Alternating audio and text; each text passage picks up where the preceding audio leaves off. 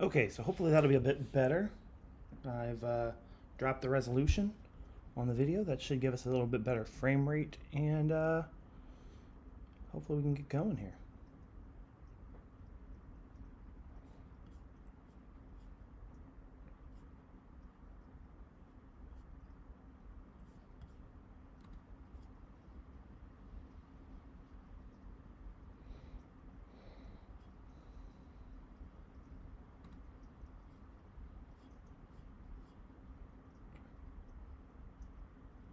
Okay, cool.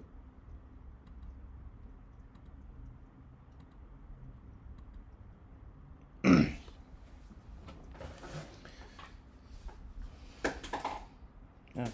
lost the power cord.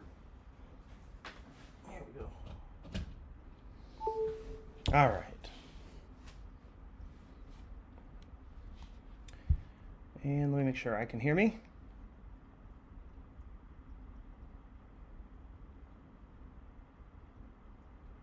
All right, we're good to go.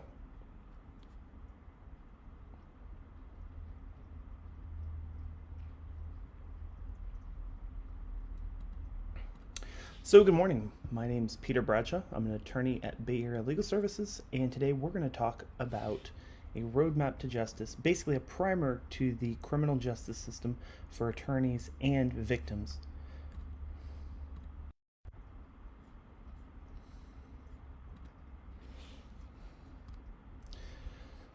So, quick disclaimer, I am an attorney, but I'm not necessarily your attorney for anybody who's watching. The presentation is merely for educational purposes, so don't take anything I say as legal advice. Your specific situation may have particular quirks and differences to it, so you want to seek counsel on that issue.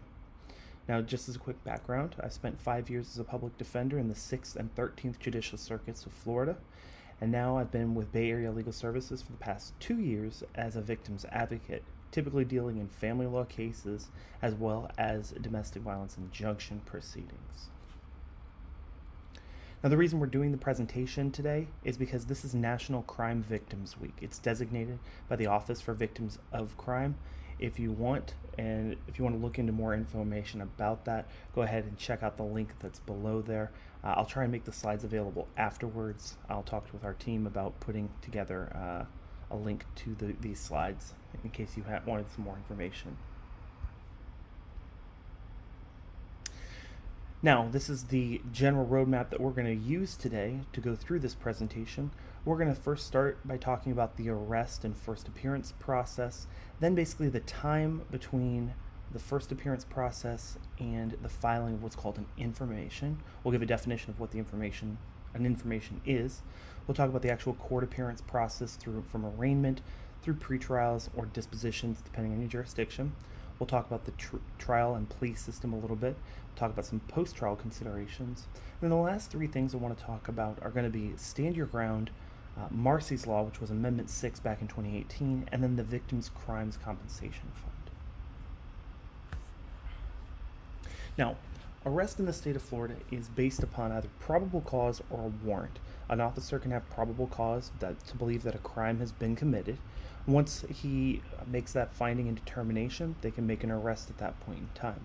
Sometimes arrests are based upon warrants where there may be like confidential informants, things like that, where the court has issued a warrant from the bench for a person's arrest. Once the person is arrested, they're usually given or taken to first appearance court. Some cases you are not allowed to bond out prior to your first appearance or preliminary appearance court. Those cases would typically include domestic violence cases.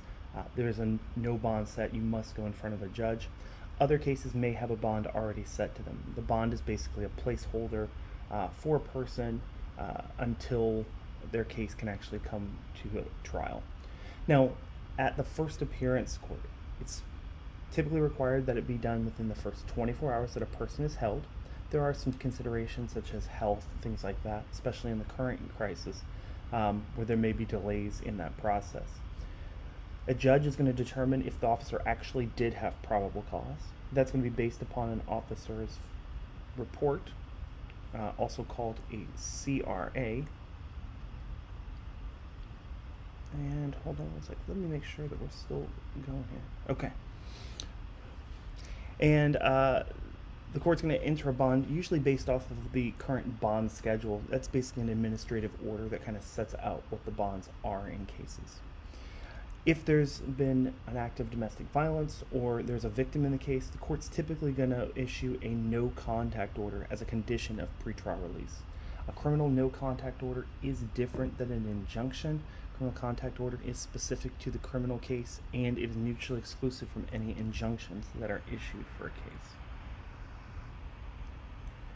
Now, oftentimes we have victims after this point that start to question, okay, how long is this going to take? Well, the answer is really, it depends. Now, the U.S. Constitution allows for a speedy trial, but it's vague in what the actual speedy trial really means. So Florida has taken it a step further and said for misdemeanor crimes, it's going to be 90 days for speedy trial to expire, or 175 days for a felony.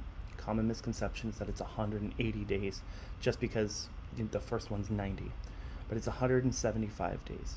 This is different from a thing called a demand for speedy trial. A demand for speedy trial is essentially where a criminal defendant says, I'm ready to go, let's set this thing for trial. Now, speedy trial by itself is not, the Florida right is not automatically executing. It can be waived with counsel without the client's permission. It is a strategic decision. When I say it's not automatically executing, it means a motion has to be filed and the state gets what's called a recapture period. I'm not going to get into too much of the technicals on that, but you need to know that 175 and 90 are not precise dates. They're just roughly when you can really start seeing action if it hasn't been waived. Now, currently victims also have a sort of speedy trial right, and we'll talk about that a little more when we get into Marcy's Law. Now, the first actual thing that really jumps a case forward is the filing of an information. An information is a piece of paper filed by the state attorney's office that contains information that says where the crime was committed, the offense that was committed, roughly the date the act was committed, who the alleged victim was, and then some other general things about the crime. It's usually pled as generally as possible. Now, the state has a certain period of time before they can file those charges, meaning there's a backstop on that. They can't just wait forever to file a criminal charge. Typically, if a person's been arrested, that's going to be the expiration of speedy trial. And then defense counsels have a couple different tools in their arsenal to kind of push the state to file something. The first one that victims need to know about is an adversarial preliminary hearing. It's typically within 21 days of a person's arrest, where the defense counsel can challenge probable cause. And that may require that the victim attend if the state doesn't immediately file an information. Alternatively, a defense counsel can use what's called a motion for mandatory release. There are no hearings on probable cause at that point, but it is basically a notice to the state that if you're not going to file something, you need to release the person that's in custody.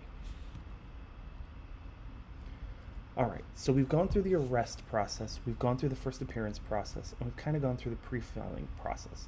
Now let's talk about the actual court hearing process. An arraignment is really the first appearance that everybody is going to have in court. It's a formal reading of the charges and an opportunity to enter a plea.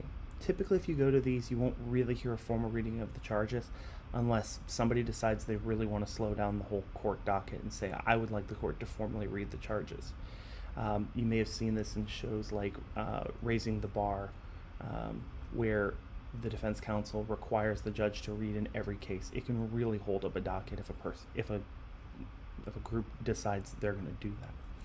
Now, if a person appears, they have three options on what they can plead: guilty, no contest, or not guilty. The first one I want to talk about is guilty. Guilty means you're admitting to the facts and the charge that's been alleged against you. No contest means you're not admitting to the facts, but you are saying, I'll go ahead and take the charge. Not guilty means you're not admitting to the facts and you're not admitting to the charge at this time. Typically, most courts will allow a no contest plea. However, there are some jurisdictions that require a guilty plea where a person admits to the facts and the charge. There are certain civil ramifications that can come from each of these pleas, so you want to be careful about what you enter, particularly as a plea, or what the other person enters as a plea. So it's important that both victims have an idea that if a person pleads guilty in their case, then that means they've also admitted to the facts of that. Now, a person can change their plea at any point in time later on. They're not stuck with just pleading not guilty. However, if you plead guilty or no contest, you're going to be done at that point. After arraignment, there are a series of what are called pretrials or disposition dates. It depends on your jurisdiction on what they actually call those. During those series of hearings, a number of different things can happen. A defendant can enter a plea, meaning they can change from not guilty to either guilty or no contest. The state may make them an offer at that point. The defendant can file motions to suppress, motions to dismiss. A motion to suppress is basically where a defendant says there's been a violation of my constitutional rights in the collection of evidence. Motion to dismiss basically says for some reason this person can't be prosecuted for the crime. This term nol prosequi, we often call it a nol pros in the criminal system. It's basically where the state decides that they no longer want to pursue charges. Lastly, a state attorney's office, with the permission of a victim, can give a party a diversion program. A diversion program is basically like probation in the sense that a person has to complete certain terms and conditions, but it has two major differences. The first is that if the person is successful, then the state dismisses the charge, and then it's not on the person's criminal record. Aside from that, there may have been an arrest. The second thing that it does is if the person or the defendant decides that they no longer want to participate in the program, or they get a new law violation, or just aren't successful with the terms, then the case comes back up right where it's at in the pretrial process. This is not a plead out to the charge. So if they decide they want to go to trial, they could. You generally want to think of pretrials and disposition dates kind of like a case management. Just kind of a status update. Hey, where are we at with the case? Has the state provided what's called discovery to the defense side? That's generally what those are. They're basically case management conferences. All right, so once a series of pretrials have been completed, if a plea deal is not reached or a diversion program isn't entered, then this case is going to go towards trial. Now, at trial, the parties will typically select a jury. Each side will give an opportunity to make opening statements. The prosecution will enter their case. The defense will get an opportunity to put on their case. However, the defense may decide that they don't want to put on a case.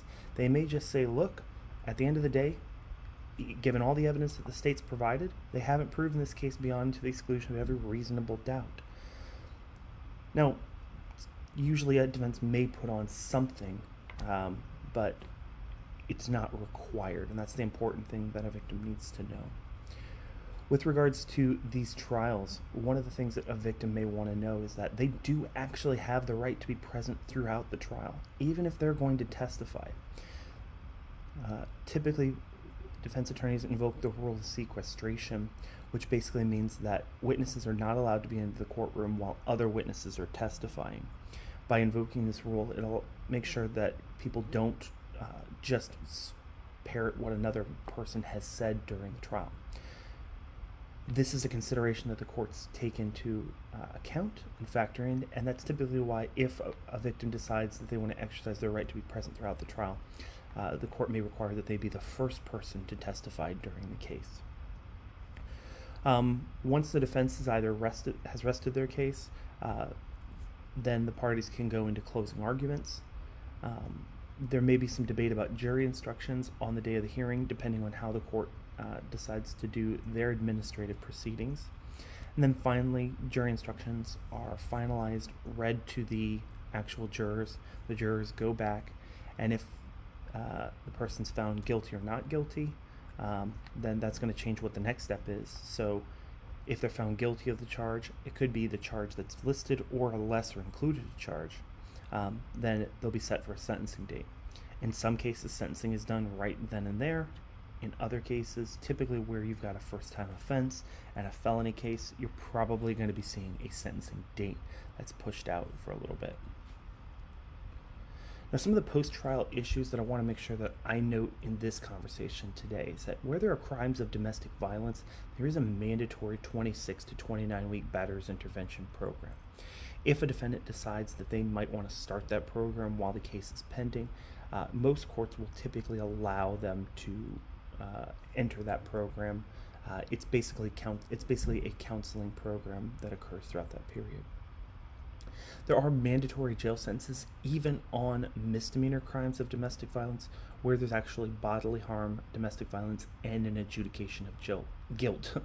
If you look at Chapter 741.283 of Florida statutes, you'll actually be able to find some more details on that. After a trial, if a person's sentenced to probation, maybe they're a first-time offender, maybe the victim doesn't really want to see the person incarcerated, then they'll go on what's called probation. Probation is basically a period of supervision that's usually supervised by an agency. Now, it depends on which agency based upon the type of charge, the county, so you may want to talk to the state attorney about who that is. But one of the points I want to make about a violation of probation is that if a party willfully and substantially violates their probation, the state only has to prove by a preponderance of the evidence, not beyond a reasonable doubt, that there's been a violation. So, for instance, if they've had contact with the victim and they're not supposed to, then it's a much lower burden for the state to be able to prove that charge. There are some cases where the state may have a weaker case, offer probation, knowing that the person may not be able to violate or may not be able to complete the terms and conditions. So it's a hard situation when you're dealing on the defense side with a violation of probation because your burden's just so much lower. Now, if the court issued a no contact order at the beginning of the case, those no contact orders will only last the length of the case or the length of the probationary term. So once the case is over with, let's say it gets dismissed by the state attorney's office, that no contact order is not in place. If you're an attorney representing a victim, you want to make sure that you've gotten an injunction to make sure that you've got protection for your victim, or at least something there if the defendant has contact and the victim does not want to have contact with them. All right, let's move on. Now, let's say you are a victim or an attorney and you kind of want to see where a case is at.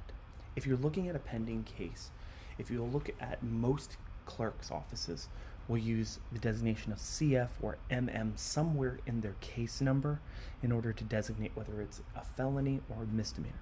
Felonies are heard in circuit court, misdemeanors are heard in county court. If there is a felony attached or misdemeanor attached to a felony, then that's typically going to still be heard in circuit court. So you'll want to make sure that you review the court's docket if you want to see if there's any information about what the crime was and what happened. That's usually contained within a probable cause affidavit or a criminal report affidavit. It's one of those things that's nomenclature where it depends on your jurisdiction on which one they're going to do. When you go through that, you want to look at the narrative that the court looked at in establishing probable cause. Look at who your arresting officer is. There might be some admissions by the defendant in those cases, and you might want to point those out. If you're a victim, you want to point those out to your attorney representing you in like injunction hearings, or if you're an attorney representing a victim, you want to make sure that you try and seek those out. Now, if you find out who the arresting officer is or the officer who wrote the report, you can get a hold of those officers via the non-emergency line.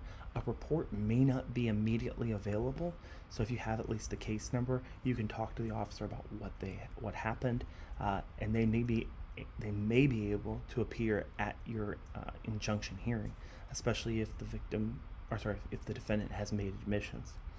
You can also request that the officer bring copies of any pictures that were taken to the hearing. However, I want to make sure that you know that some agencies do charge a fee that goes along with that, and so you may have to provide that fee to the agency. Now, if you're a victim, I really want you to make sure that you know to stay in contact with the state attorney's office. The state attorney's office can't prosecute a case easily without having their victim available. They need to know what you're wanting in the case. If you want to appear in the case, there are quite a bit of rights that are involved with victims, and so the best way to deal with that is make sure that you stay in contact with the state attorney's office. Lastly, if you're looking at closed cases, you want to check for adjudications of guilt for felonies and misdemeanor crimes of dishonesty. So let's say you're prosecuting your own injunction case, or trying to file an injunction. If you're able to get certified copies of felonies or misdemeanor crimes of dishonesty, only adjudications of guilt are going to count, and those can only be introduced to evidence automatically to impeach witnesses who deny the prior charges. You also may want to bring up prior charges that establish a character for violence, things like domestic battery, or other battery charges. When you're looking at those cases, though, you want to make sure that the case is pled out as charged and not reduced to something else. Oftentimes, things like a battery may be reduced to something like a disorderly conduct. So make sure that whatever the case is resolved as is actually the charge that is the highest charge.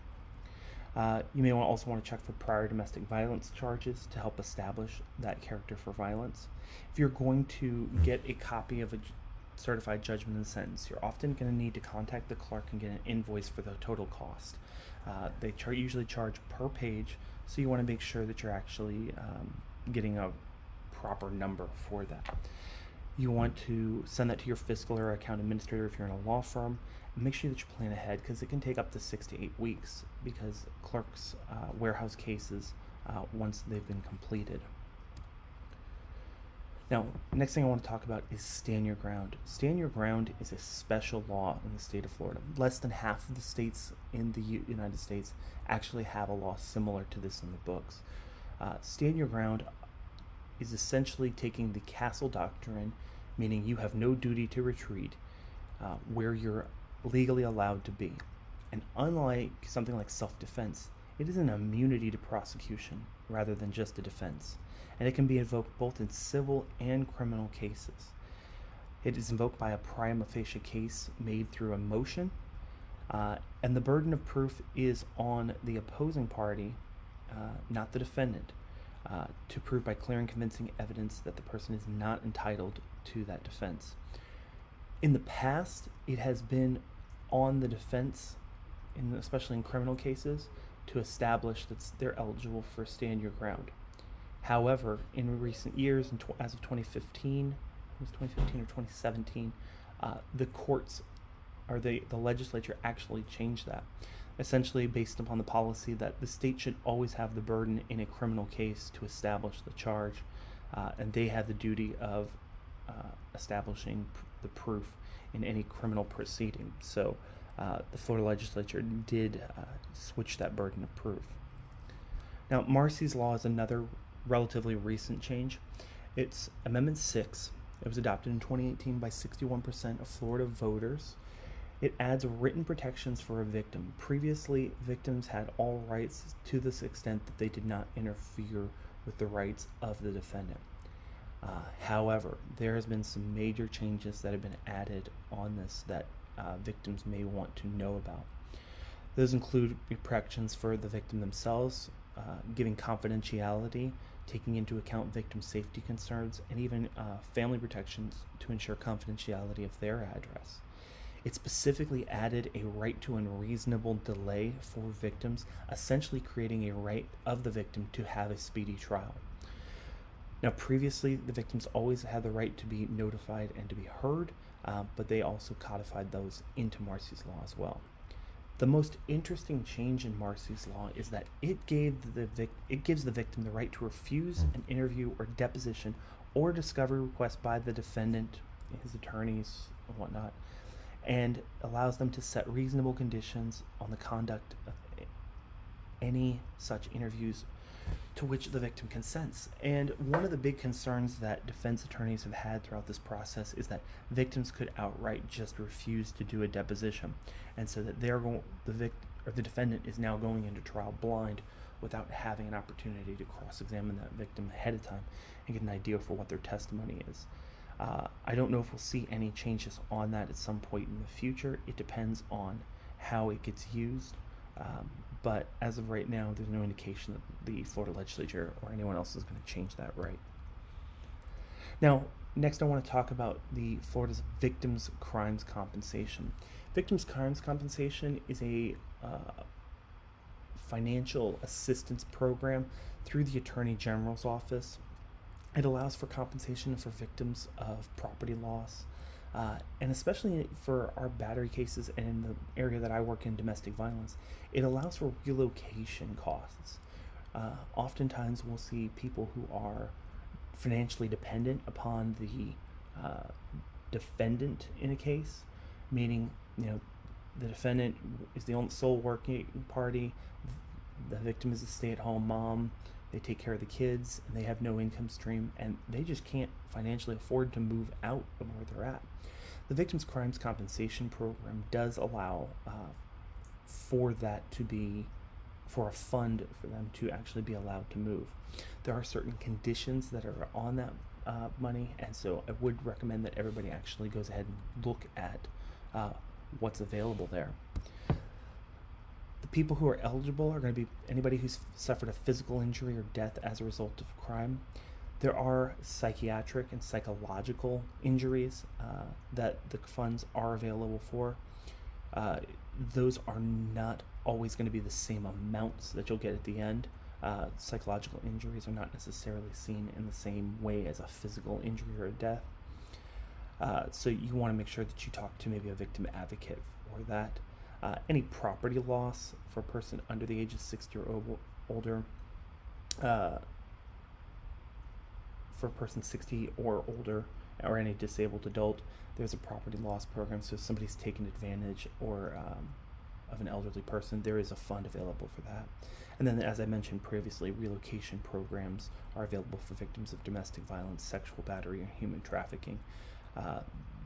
This presentation will have the specific notes of what those definitions are for each of those. Lastly, where do you go to find out more about victims' crimes compensation? You really want to talk to a local victims advocate. The state attorney's office has a victims advocate program, and there is a general referral line. That number is available here, as well as their website. And like I said before, the program is conducted by the Office of the Attorney General, who also funds that general fund. They also get it from some federal government grants as well. So if you need to make contact with them, this is the number and the website to check out. Next, lastly, I want to talk about some of our community partners. We have a number of community partners in the Tampa Bay area. The Spring of Tampa Bay is a local domestic violence shelter, and they also provide some injunction services. They have attorneys available who help through their Injunction for Protection project. The Office of the State Attorney's Victim Advocate Group, they can appear on your behalf, let the prosecutor know what's going on with your case, also give you a little bit of information about your case. So you want to make sure that you talk to a victim advocate. They can give you more information on specific programs that may be available for your situation. Also want to note Mary Martha House is a local domestic violence shelter. It's available in the southeast Hillsborough area, and they also provide protection there. And then Bay Area Legal Services, obviously, the organization that I work for. This is our general number, and as well as our website. If you'd like to call and see if you may qualify for representation, we handle a number of different issues. We don't just handle domestic violence issues. The type of issues that we handle range from providing services to veterans, providing services to elderly persons or persons who are over a certain age group, senior citizens, victims of domestic violence as well. We deal with housing issues, and especially in our current climate with COVID-19, we may not be able to, or we may be able to help with some of those issues. So we deal with any legal aid issues that we can. So I want to make sure that you know that we are available and we're still working throughout this time frame. Okay, so let me see if there are any questions, because I had a freeze on my second screen, so I don't know if we're even still connected. So let's see what's going on there.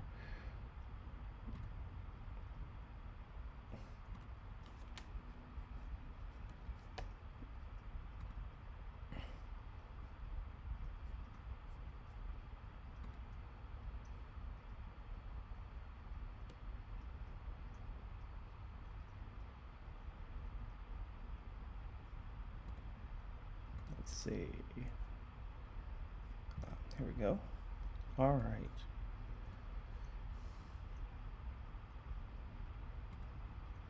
Okay. So are there any questions? I just want to ask. Looks like I had a couple folks watching.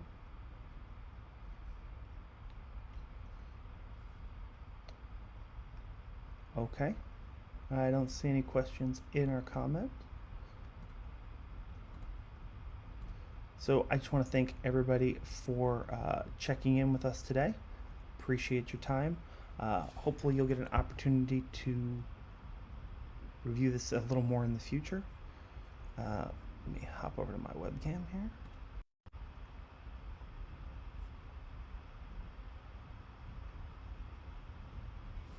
I'm about a 7-second delay, so.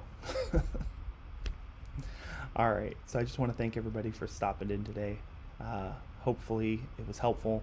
Like I said, Bay Area is definitely here for anyone here in Tampa Bay, especially if you've got people who, can't afford the services of maybe your office. Maybe you've been able to give them a consultation if you're an attorney. If you're a victim and just kind of want to understand the general process, that's kind of the point of today's presentation. And overall, I really hope that everybody stays safe out there.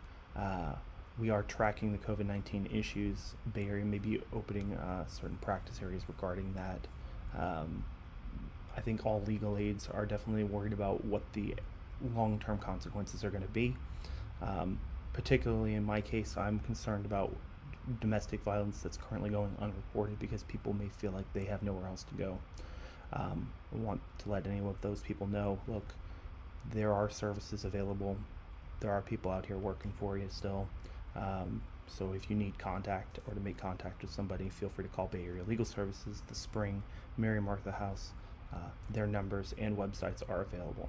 All right. So I hope everybody has a great day today. Stay safe out there and keep in contact and take care of yourselves.